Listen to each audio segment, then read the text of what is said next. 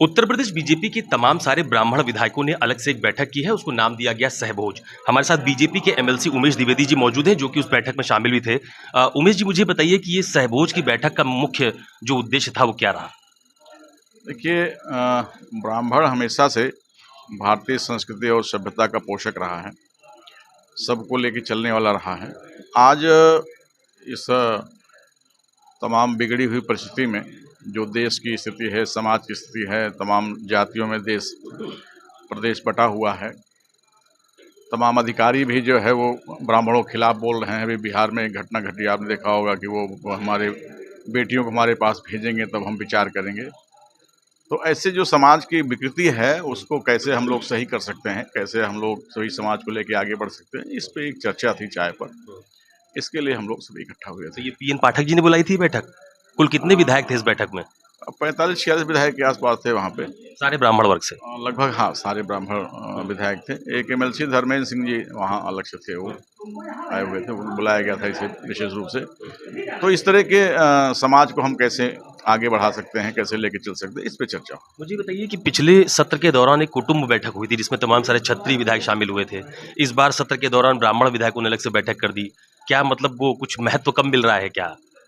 ऐसे महत्व की चीज़ नहीं है, और जो उसकी बहुत जानकारी हमको नहीं है कि ठाकुर विधायकों ने बैठक की थी कुटुंब की। हम तो वसुधैव कुटुंबकम की बात करते हैं, सर्व समाज की बात करते हैं। माननीय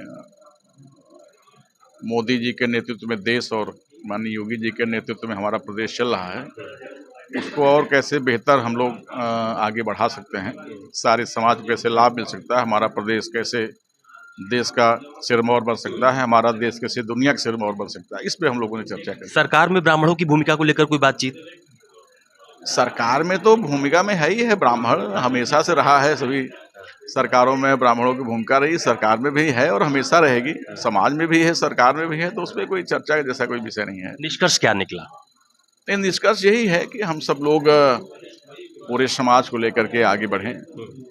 कभी भी ब्राह्मण जो है जातिवादी नहीं रहा, हमेशा धर्मवादी रहा।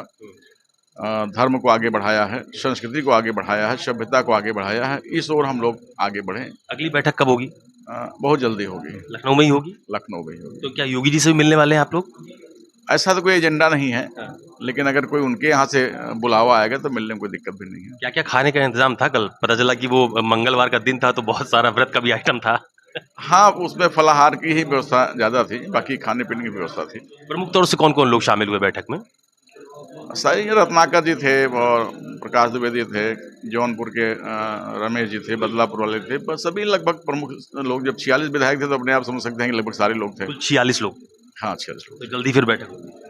हाँ, जल्दी हम लोग फिर बैठेंगे। तो ये भारतीय जनता पार्टी के एमएलसी उमेश द्विवेदी जी हैं, जिनका साफ तौर पर ये कहना है कि तकरीबन 46 बीजेपी के ब्राह्मण विधायकों ने अलग से बैठक की है, खासतौर पर उत्तर प्रदेश की सियासत में और ब्राह्मणों के मुद्दों को लेकर अलग अलग चर्चा की गई है और आने वाले दिनों में ऐसी बैठक फिर आयोजित की जाएगी। कैमरा पर्सन मिंटू सिंह के साथ अशोक तिवारी, लखनऊ, न्यूज़ 24।